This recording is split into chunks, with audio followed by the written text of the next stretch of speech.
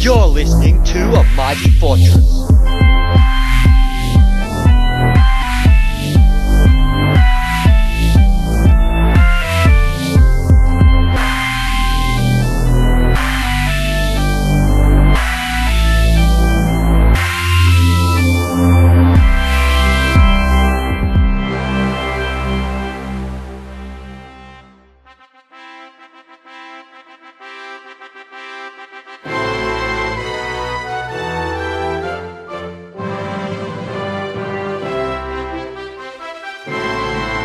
Hello and welcome to A Mighty Fortress. I am your host, Knight Jake.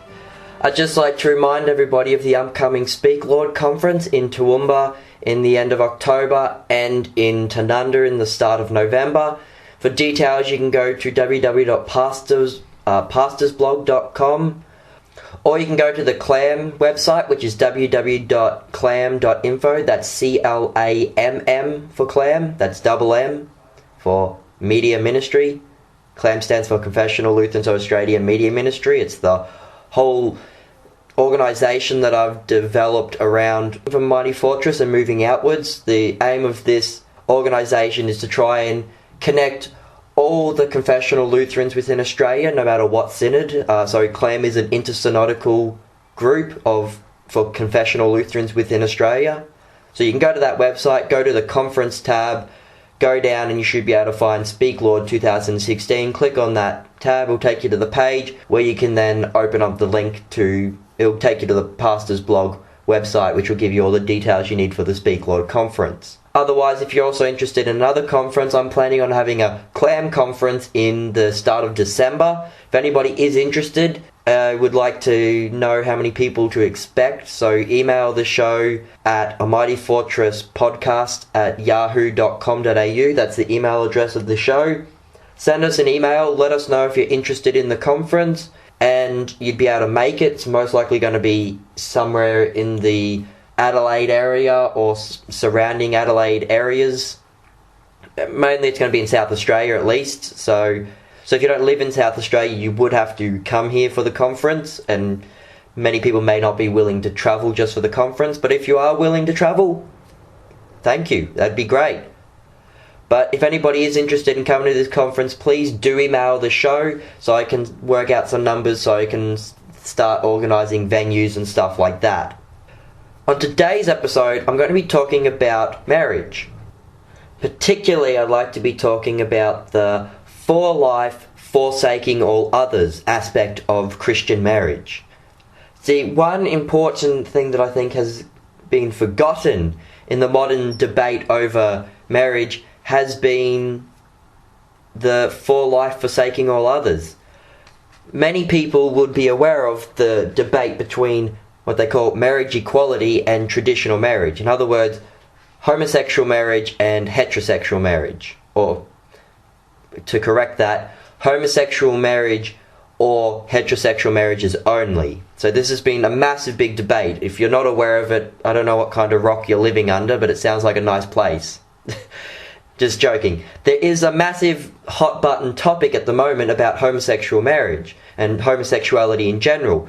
And commonly, people like to focus on the between one man and one woman phrase, but one thing that is often forgotten about is the next stage. See, marriage as instituted by God is one man and one woman for life, forsaking all others. With this homosexual debate, we're very quick to jump on the one man, one woman, but too often the for life, forsaking all others has tended to just be forgotten. Issues like promiscuity and sexual relationships before marriage, de facto relationships, divorce, adultery, polygamy. Well, not polygamy, but the other ones have commonly been forgotten about. I mean, we don't really have the issue of polygamy at the moment, at least not in Australia, because we haven't really got much of people arguing for polygamy. In countries like America, I do know that there are already people pushing for polygamous marriages. I'm not aware of any kind of crusades and protests like that in Australia, but I don't expect it to be too far away. However, again, polygamy would be also covered in the one man, one woman aspect, so we could probably kill two birds with one stone by going one man, one woman. That gets rid of the issue of homosexual marriage and the issue of polygamous marriage. However, we have forgotten about this concept of for life forsaking all others. And so issues like promiscuity, de facto relationships, divorce, adultery, sex before marriage, all this stuff is in the church has generally been forgotten about in the last, years, decades. I don't know how long this has been going on. Not to say that the church has forgotten about these issues entirely, but they have kind of been pushed out of the limelight because we're focusing so much on the homosexuality issue. And I think it's about time that we actually go, well, how about divorce and adultery? Those issues are also very important. I actually once, in a debate with somebody, they argued this point. They said, oh, you think homosexual marriage is wrong, but you know what else? The church used to think divorce was wrong, but now the church is fine with divorce. We should also be fine with homosexual marriage. Firstly, I like to question that comment of going, what church out there is actually fine with divorce? What church out there has actually said divorce is okay and actually is promoting divorce? I can't think of a church that is doing that. I know that the Lutheran churches in Australia definitely aren't promoting divorce.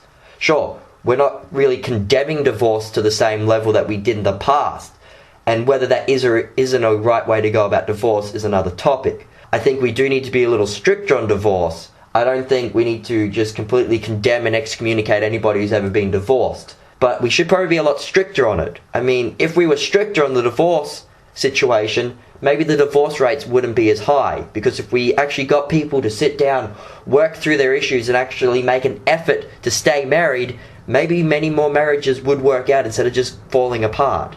Telling somebody who's divorced that Jesus still loves them, he forgives them, and it's okay, the church still accepts them and we will give them communion, that is a good thing to do. However, that's not going to stop the divorce. You actually have to sit down with these couples, counsel them, and couples actually have to make an effort. Men and women have to work for their marriage. Marriage is a hard thing to do. I, at the moment, am not married, so I'm sorry if it seems like I'm talking about a topic I don't really know a whole lot about, but even as an unmarried person, I can see that relationships take a lot of hard work. And you can't just not work at it. There's going to be struggles, there's going to be hardships. When you take your marriage vows, you say, I vow to love you and be married to you for better or for worse, sickness or in health, richer or poorer, good times or bad times. Marriage is hard sometimes, and it takes a lot of work to keep marriages together.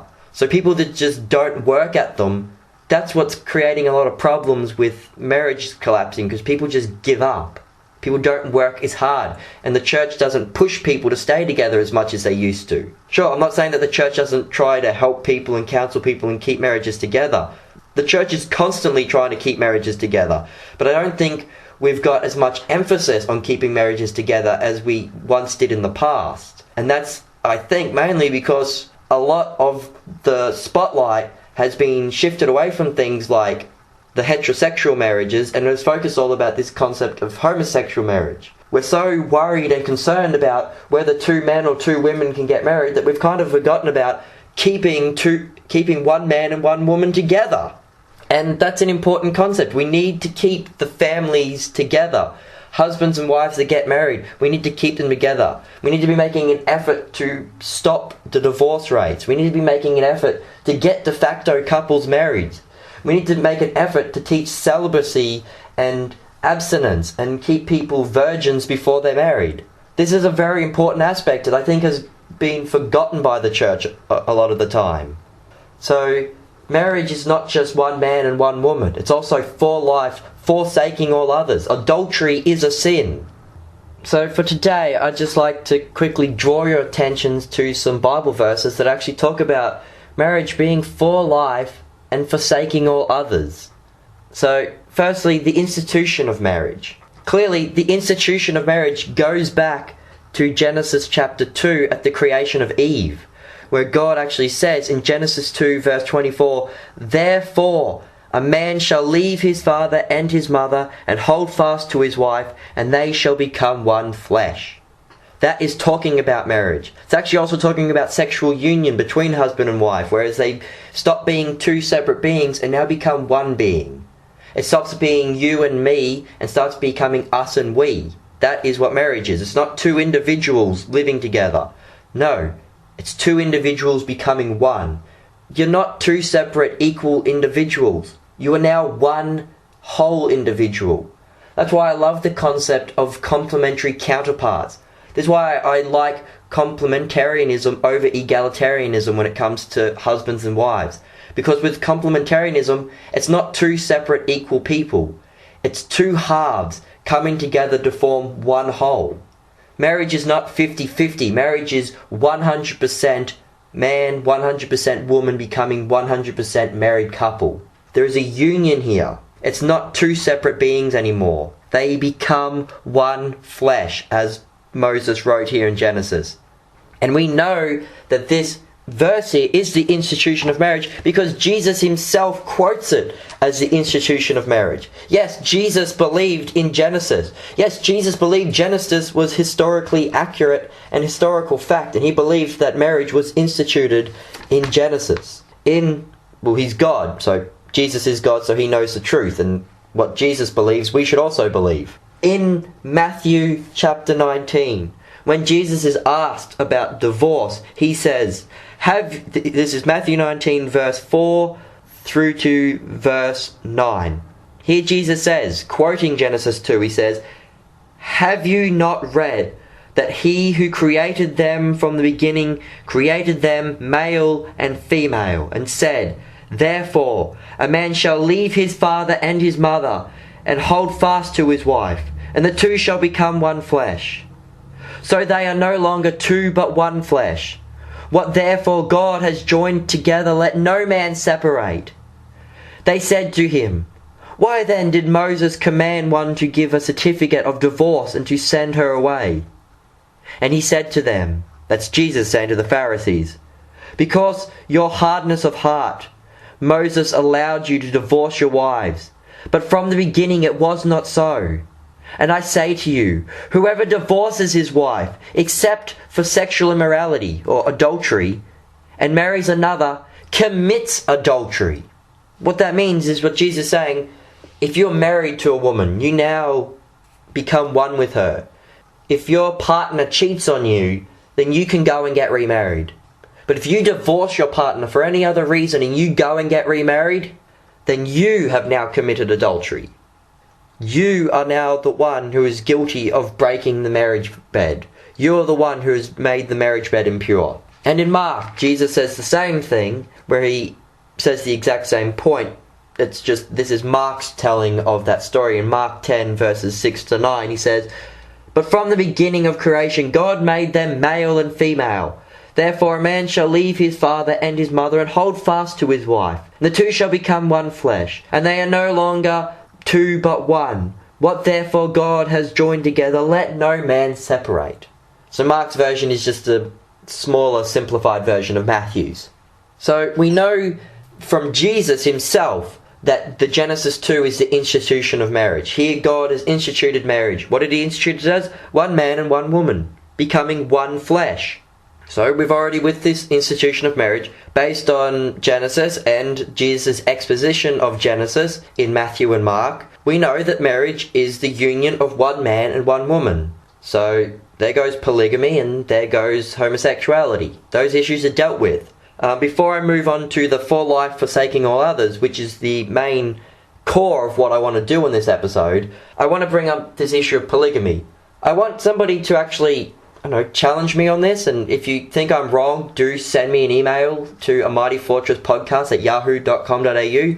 But I challenge you to show me a verse that actually condemns polygamy. See, it is quite clear from these texts that I just read that God intends marriage to be one man and one woman. As he said, from the beginning they were created male and female, that the two would become one. So it is quite clear that monogamous marriage is the intended way that God created it. However, polygamous marriages are allowed throughout the Bible and not actually directly condemned. The closest we have is that in the Mosaic law in Exodus 21:10 it says, "If he takes another wife to himself, he should not dismiss her food, her clothes, or her marital rights." So that's actually telling you how you should handle a second wife if you live in a polygamous situation. Leviticus 18:18 it says, "Do not take your sister's wife as a rival wife and have sexual relations with her while your wife is living." So if you're married to a woman, don't marry her sister. I think Jacob gives a good example of why you shouldn't do that. And then in Deuteronomy 21:15-17, it says, if a man has 2 wives, the one loved and the other unloved, and both the loved and the unloved have bore him children, and if the firstborn son belongs to the unloved, then on the day when he assigned his possessions as an inheritance to his sons, he may not treat the son of the loved as the firstborn in preference to the son of the unloved, who is the firstborn. But he shall acknowledge the firstborn, the son of the unloved, by giving him a double portion of all that he has, for he is the firstfruits of his strength. The right of the firstborn is his. In other words, what it's talking about is like for Jacob, he shouldn't have showered Joseph just because he was the oldest child of his beloved wife. Leah gave birth to the firstborn, which was Reuben, which should have been the one that inherited the right of the firstborn. I think it kind of went more to Judah, because Reuben and Levi and Simeon had a lot of issues. So if you want to look those up, go to the story of Genesis. You can see how Reuben slept with his father's concubine, and Levi and Simeon went and killed the Shechemites. The Mosaic law doesn't actually condemn polygamy. In fact, it actually provides verses of how you are to do polygamy properly. Like I said, the Genesis verses and the Matthew and Mark verses make it quite clear that God intends monogamous marriages, and that's the preferred way, but God doesn't actually dismiss or condemn polygamous marriages, except in 2 cases. In Deuteronomy 17:17, God says, and he, this is your king, shall not acquire many wives for himself, lest his heart turn away, nor shall he acquire for himself excessive silver or gold. So the law in Deuteronomy condemns a king for having too many wives. And we can see from the examples of David and Solomon that having multiple wives was not good for them. Solomon is a perfect example. He had over 700 wives or something like that. He had 300 wives and 700 concubines. Hold on, let me check this fact. Yes, true. King Solomon, as specified in 1 Kings chapter 11 verse 3, had 700 wives and 300 concubines. So it's a good example that having multiple wives will turn your heart away, as specified in the Deuteronomy law. And also pastors or elders or priests or bishops or deacons are not to have more than one wife. Therefore, an overseer must be above reproach, the husband of one wife, sober-minded, self-controlled, respectable, hospitable, and able to teach. That's 1 Timothy 3:2. This is also picked up in Titus chapter 1 verse 6 in regards to elders, that is pastors, that to be above reproach, the husband of one wife, and his children are to be believers and not open to the charges of debauchery or insubordination. So Timothy and Titus specify that pastors are also to only have one wife. And then Timothy also says in chapter 3 verse 12 that let deacons each be the husband of one wife, managing their children and their households well. So, according to scripture, those people who are specified to not be polygamous are kings, deacons, and pastors. Why? Because they're examples of leadership. They're the leaders of the church and of the nation. They are to set an example. And we know that Genesis intends for a marriage to be one man and one woman, not a polygamous marriage. But God allows polygamy. Why? Well, there's probably numerous social, economic issues and political issues and all that in ancient Israel for why you would allow polygamy. For example, if you look at the wives of King David, many of them are widows. If he didn't marry them, they would have had no job, no income, no food, and they would have been homeless and dying. David marries them and takes them into his own home. So if you go to an ancient culture where disease is rank and war is imminent, only men are allowed to work and only men are allowed to fight in wars, obviously if men go off to war, they're going to die,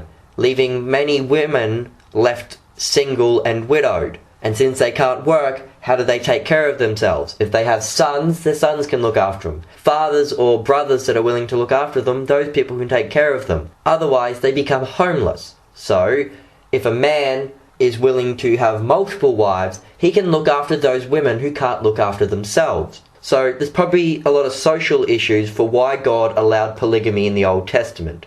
However, we don't live in such a time, so I'm going to suggest that we don't support polygamy. It is quite clear that monogamy is the intended way.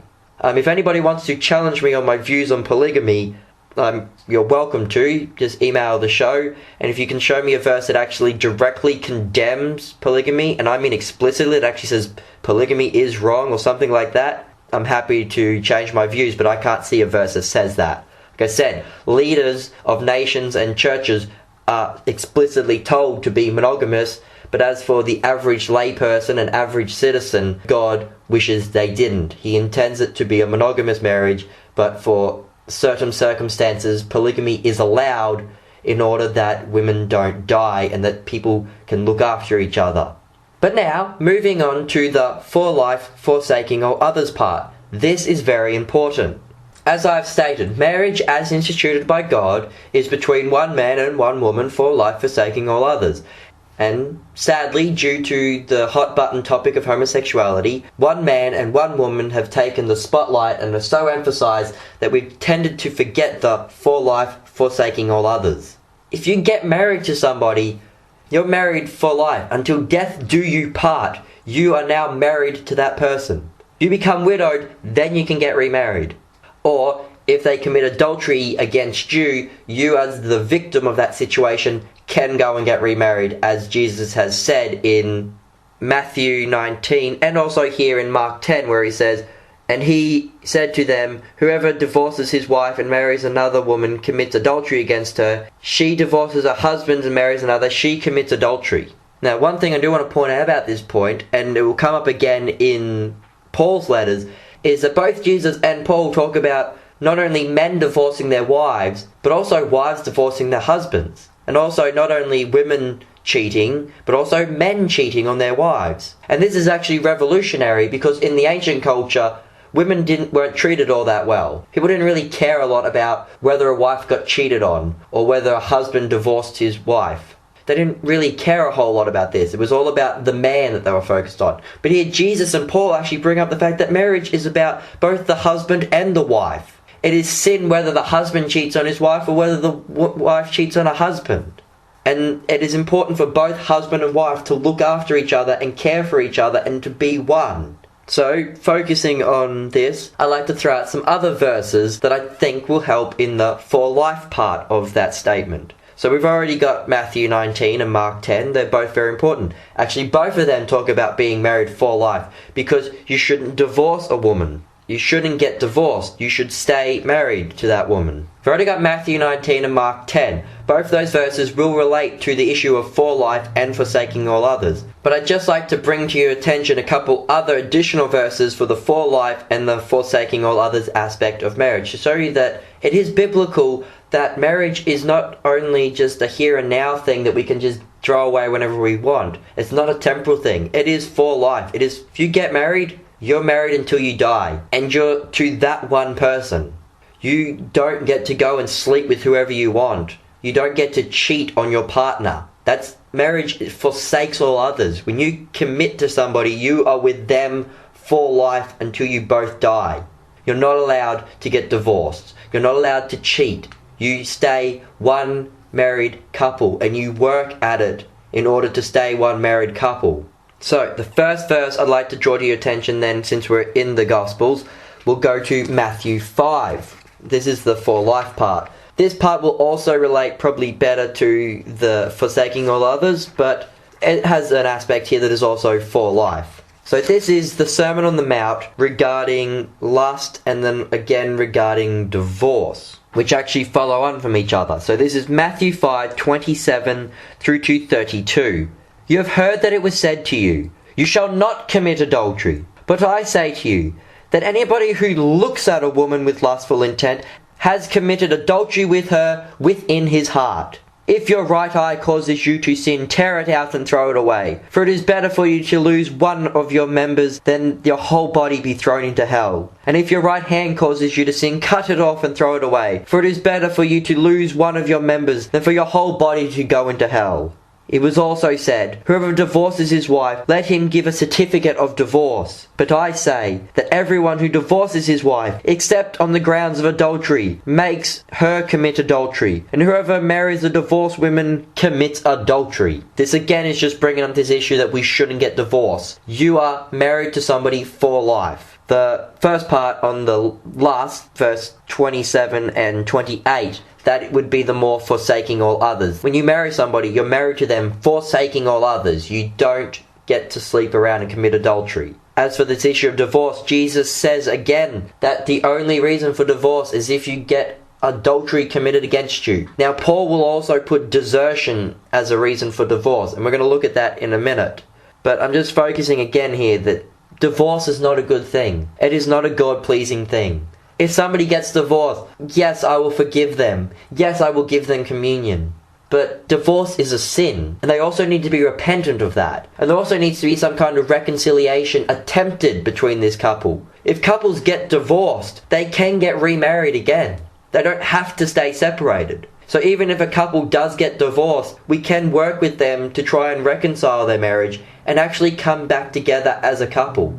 The next verse concerning for life comes from Romans chapter 7, verse 2 to 3, which reads, "For a married woman is bound by law to a husband while he lives, and if a husband dies, she is released from the law of marriage. Accordingly, she will be called an adulteress if she leaves him for another man while her husband is still alive. But if a husband dies, she is free from the law, and if she marries another man, she is not an adulteress." Here, Paul emphasizes the same point, that we are married for life. If your partner dies, then you can go and remarry. If your partner dies and you go and remarry, you are not an adulterer. You have not broken your marriage vows. You have not broken or defiled the marriage bed if you are a widow that gets remarried. But if you go and cheat on your husband, or cheat on your wife, or get divorced from your spouse while they are still living, and while they are still living you go and you sleep with somebody else, or you go and marry somebody else,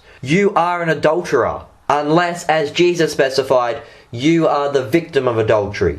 So if you're a husband and your wife commits adultery against you, you can go and marry another woman. She can't go and marry another man, otherwise she would be an adulterer, and the man who she marries is causing her to become an adulteress. And that works vice versa. I'm not just saying that women are going to go cheat on their husbands and that men won't. This goes both ways. If men cheat on their wives, that man is not allowed to get remarried. That woman can. The husband broke the marriage vows, he defiled the marriage bed, that woman is free to go and marry somebody else because the covenant has been broken between the two. Husband, however, has the consequences of he's not allowed to get remarried. That is what Jesus specifies in Matthew and Mark. Also, I think that's a fitting consequence. If you commit adultery, if you defile the marriage bed, I think it is a fair consequence that you're not allowed to get remarried. You're the one who did wrong. Suffer for that. I'm not trying to be harsh. And yes, if you are an adulterer, we will forgive you. But when we forgive an adulterer, the idea then is that you go back to your wife. If a man cheats on his wife and he's repentant and he's forgiven, that doesn't mean he's free to go and marry another woman. No, if he cheats on his wife and he's repentant and his wife forgives him, then he should remarry his wife. They should become back together. That union should be restored. The idea that Jesus says that an adulterer should not be allowed to be remarried is the idea that that adulterer is not coming back. And that is picked up here again when Paul talks about desertion, where he says if your spouse deserts you, you're free to get married. The deserting spouse is not free to get married. Their job is to then come back to the spouse they have deserted. And that's how it works with adultery. If you go and commit adultery, you've deserted your spouse. If you wish to be forgiven of your adultery, the right thing for you to do is to go back to the spouse that you have betrayed, seek forgiveness, seek reconciliation, and remarry the spouse that you betrayed. And that may be hard if she's already moved on and remarried somebody else who she hasn't committed adultery with because she was now free from your marriage vows. It may be hard to seek that forgiveness, but if she gives you that forgiveness, seek reconciliation. 1 Corinthians also picks up this whole for life language. In 1 Corinthians chapter 7, firstly we look at verses 10 to 11, which says, "To the married I give this charge, not I, but the Lord, so this is a command from God. The wife should not separate from her husband, but if she does, she should remain unmarried or else be reconciled to her husband, and the husband should not divorce his wife. To the rest I say, and not I, the Lord, but if a brother has a wife who is an unbeliever, and she consents to live with him, he should not divorce her. If any woman has a husband who is an unbeliever, and he consents to live with her, she should not divorce him. And then it goes on, for the unbelieving husband is made holy because of his wife, and the unbelieving wife is made holy because of her husband. That's verse 14. But verses 10 to 13 is what I'm mainly focusing on in this for life concept. So verses 12 and 13 talk about this idea of this desertion, that divorce is okay in desertion. If you have an unbelieving spouse, if they wish to stay with you, then stay with them. It is your duty as a Christian to be the better person and to love your spouse even if they're not a Christian. But if you're a Christian and your spouse then says to you, because you're a Christian, they're not going to be married to you anymore, they can leave. And they are not Christian, so the law really has no effect on them in general because they're already condemned because they are not a Christian. But if they are a Christian, then you two should stay married. But if you are married to a non-Christian and they actually consent to stay married to you, then stay married to them. Show them love and compassion. Be a good wife to them. Be a good husband to them. And hopefully you may win them to the faith. I know many stories of spouses that were Christian who were married to non-Christian spouses, and through their devotion and their love were able to win their spouse into the Christian faith. So don't divorce your partner just because they're not a Christian. Stay with them, love them, and bring them to Christ. You, as their partner, are the greatest missionary to them. You are the greatest witness to Christ that they are going to see. They are going to see Christ through you. So stay with them and love them.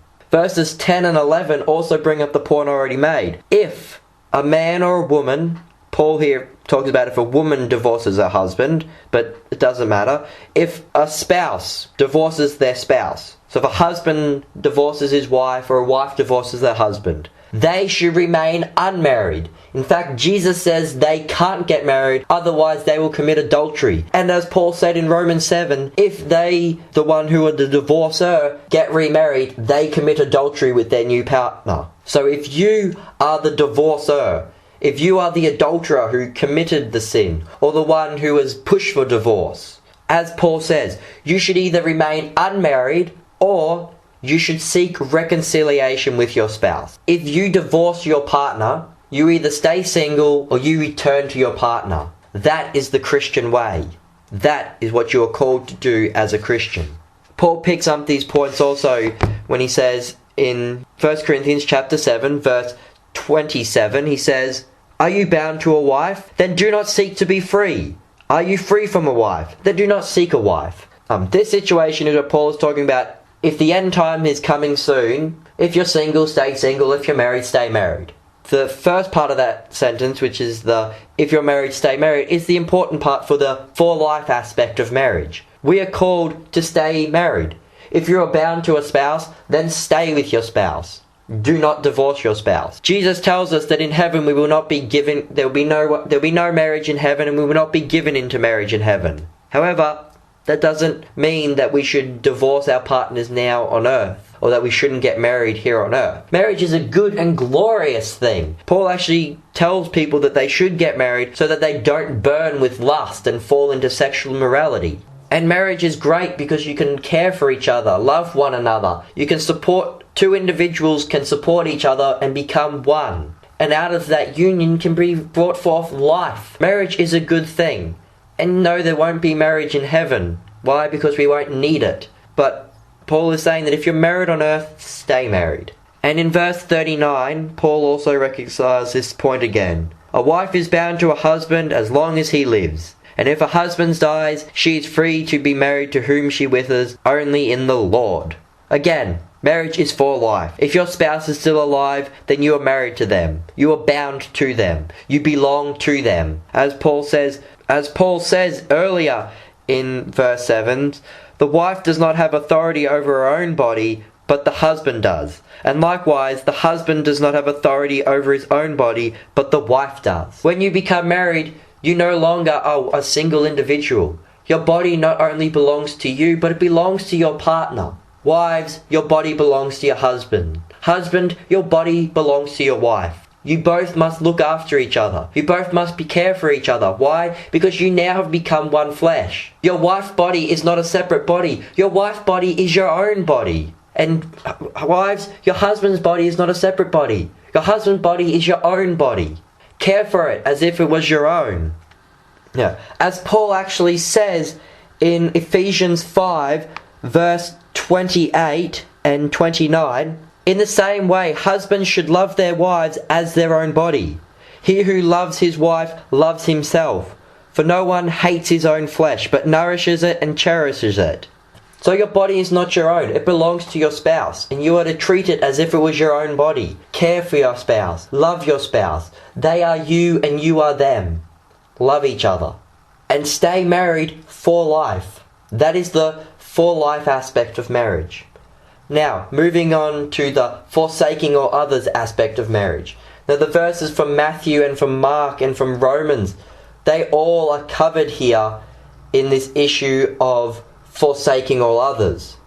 However, there are a few additional verses that I'd like to bring up. The first ones I want to bring up are the most logical ones that I'm going to mention, and they're the ones where we actually are told not to commit adultery. These are from the table of the Ten Commandments. In Exodus 20:14, it says, "You shall not commit adultery." And in Deuteronomy 5:18, it says the same thing. This is the sixth commandment. Do not commit adultery. And the last verse I'd like to leave you with for this episode, again focusing on the forsaking all others aspect of marriage, comes from Hebrews chapter 13, verse 4, which reads, "Let marriage be held in honour among you, and let the marriage bed be undefiled, for God will judge the sexually immoral and the adulterous." And that there sums it up. Let the marriage bed be held in high regard. Let the marriage bed be not defiled, but remain pure. For God has brought you two together in union to become one flesh. Therefore, marriage should be one man, one woman, for life, forsaking all others. Thank you for listening to this episode of